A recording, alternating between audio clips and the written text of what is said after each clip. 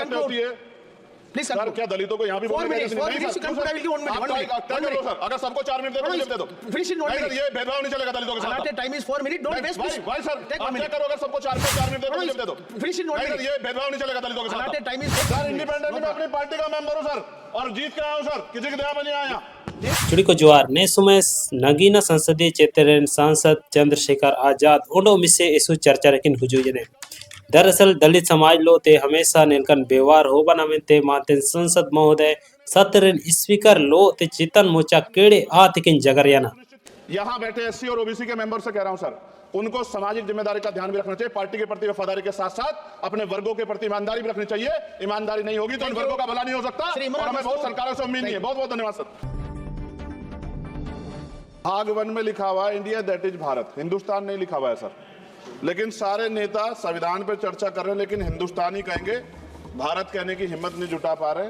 ये बड़ा सवाल है सर कि क्या संविधान के हिसाब से बात रखी जा रही। मैं धन्यवाद दूंगा फूले साहू बाबा साहब अम्बेडकर को और मेरे नेता मान्यवर साहब श्री काशीराम को। 25 नवंबर 1949 को संविधान को सौंपते हुए डॉक्टर बाबा साहब अम्बेडकर ने कहा था कि 26 जनवरी 1950 को हम विरोधाभास भरे जीवन में प्रवेश करने जा रहे हैं। राजनीतिक जीवन में तो हमारे पास समानता होगी, लेकिन सामाजिक और आर्थिक जीवन में असमानता होगी। क्या ये चुनौती आज 75 साल बाद दूर हुई है? भारत ने 26 जनवरी 1950 को संविधान लागू होने के साथ खुद को एक संप्रभु लोकतांत्रिक और गणतांत्रिक राज्य होने का ऐलान किया। लेकिन सर उस समय संविधान की स्थिति ये थी कि जैसे गांव का कोई आदमी, मैं 50 की बात कर रहा हूं, वो 50 साल पहले शहर में आ जाता और बड़े लोगों की महफिल में चला जाता, उस जहां वो खाना खा रहे हो, और वो टेबल पे नैपकिन को खा के जो है ये कहता कि ये तो फीका, क्योंकि वो जानता ही नहीं था, वो समझता नहीं था संविधान को, संविधान है क्या। संविधान उसके लिए महज दस्तावेज था।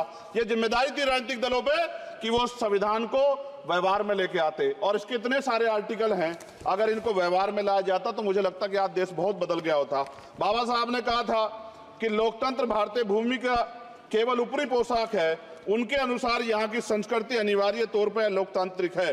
भारत जैसे गरीब और गैर बराबरी वाले देश में संविधान के जरिए छुआछूत खत्म करना, वंचितों के लिए सकारात्मक उपाय करना, सभी वयस्कों के लिए मतदान का अधिकार देना और सबके लिए सम्मान अधिकार तय करना, ये बहुत बड़ी उपलब्धि थी। सर ये संविधान है कि आप वहां बैठे हैं और मैं यहाँ खड़ा होकर अपनी बात रख रहा हूं, और इस देश में आदिवासी महिला के तौर पे जो है राष्ट्रपति बनी है, और प्राइम मिनिस्टर तो नहीं बना, लेकिन शेड्यूल कास्ट के बड़े नेताओं को भी जो है राष्ट्रपति बनने का मौका मिला। इस संविधान की देन, अगर वोट हम पे नहीं होता तो शायद अमीर और जो राजा महाराजा खुद को मानते हैं हमारी गलियों तक नहीं आ पाते, हमारे हाल नहीं जान पाते। आजादी का मतलब सर सिर्फ अधिकार पाना भर नहीं है, इसके लिए हमारे संविधान में सरकार और नागरिकों के अधिकारों के साथ साथ उनके कर्तव्यों का विस्तार से उल्लेख किया गया है। बाबा साहब ने संविधान सभा में दिए गए भाषण में कहा था कि स्वतंत्रता आनंद का विषय है, पर अब हमें अपनी जिम्मेदारियों पर भी ध्यान देना होगा। संविधान ने सुनिश्चित किया कि रानी के पेट से राजा जन्म नहीं लेगा, वोट से नेता तैयार होगा। आर्थिक बराबरी के लिए सरकार क्या कर रही है? गरीब और गरीब हो रहा है, अमीर और अमीर हो रहा है। सुबह उठते कहीं बम की धमकी मिलती, कहीं दंगे की। ये अमृत काल है सर, यह धमकी काल है। कितना बढ़ रहा है आर्टिकल 15 सर। भारत में आज भी घोड़ी चढ़नी बैठती होती है। सर क्या दलितों को यहाँ भी बोलने की इजाजत नहीं है? सर अगर सबको 4 मिनट दे दो फिनिश इन 1 मिनट। ये भेदभाव नहीं चलेगा दलितों के साथ। allotted time is 4 minutes, don't waste please। भाई सर आप क्या करो, अगर सबको 4 मिनट दिए तो आप मना करो, मैं बंद कर देता हूँ इसको। क्या दलितों को सबसे आखिरी में नंबर मिलेगा और बोलने का मौका मिलेगा? क्या मजाक कर रहे हैं सर आप? No, all independent people are having only 4 minutes. You take sir independent में अपनी पार्टी का मेंबर हूँ सर, और जीत के आया हूँ सर, किसी की दया में नहीं आया। Take 1 minute and finish। Sir कल भी बोले तो एक दलीय पार्टी के लोग, आप मौका दो सर। मूछे रखने पर हत्या होती है, महिलाओं पे, छोटे मासूम बच्चों पर रेप हिंसा होती है। एनसीआरबी का डाटा देकर डर लगेगा। यही 1 किलोमीटर में संविधान को जलाया गया, और महाराष्ट्र के परभनी में अभी भी संविधान को नष्ट किया गया, उसकी कॉपी को। आर्टिकल 25-26 में संविधान में सभी को धार्मिक आजादी। कहाँ है दलितों की, मुसलमानों की, जैनों की, बौद्धों की, ईसाइयों की? छत्तीसगढ़ में सतनामी समाज को संविधान की अपनी धार्मिक आजादी के आधार पर जो है उनको अपमानित करके जेल में बंद कर दिया। संभल, अजमेर, अयोध्या सब इसका उदाहरण है। ये सरकार आलोचना डरती है। कितने लोग जेल में बंद है?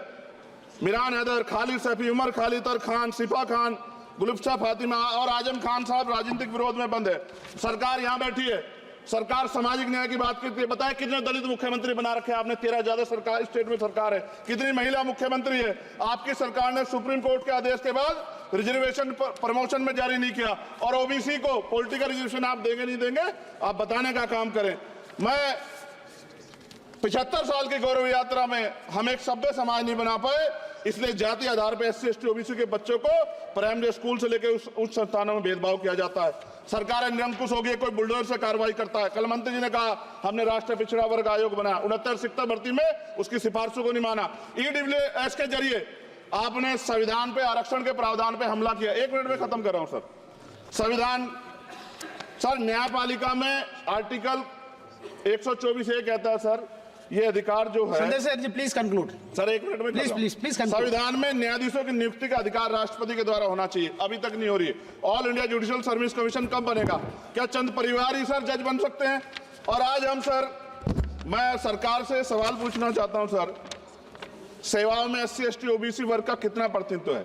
भारत सरकार के मंत्रालयों के अधीन PSU में, बैंकों, बीमा कंपनियों में और स्वस्थायी संस्थानों में आउटसोर्स तथा कॉन्ट्रैक्ट पर वर्तमान कार्यरत कर्मचारी कुल कितनी संख्या है? आउटसोर्स और कॉन्ट्रैक्ट में कार्यबल SC ST OBC कितना प्रतिशत है? निजी क्षेत्रों में कार्यरत कर्मचारी उनके SC ST OBC की वर्ग लाभ। सर खत्म कर, लास्ट पॉइंट सर। सर मैं फिर स्पष्ट तौर पर कह रहा हूं सर, यहां बैठे SC और OBC के मेंबर से कह रहा हूं सर, उनको सामाजिक जिम्मेदारी का ध्यान भी रखना चाहिए। पार्टी के प्रति वफादारी के साथ साथ अपने वर्गों के प्रति ईमानदारी भी रखनी चाहिए। ईमानदारी नहीं होगी तो इन वर्गों का भला नहीं हो सकता, और हमें बहुत सरकारों से उम्मीद नहीं है। बहुत बहुत धन्यवाद सर। Thank you. बहुत बहुत धन्यवाद सर।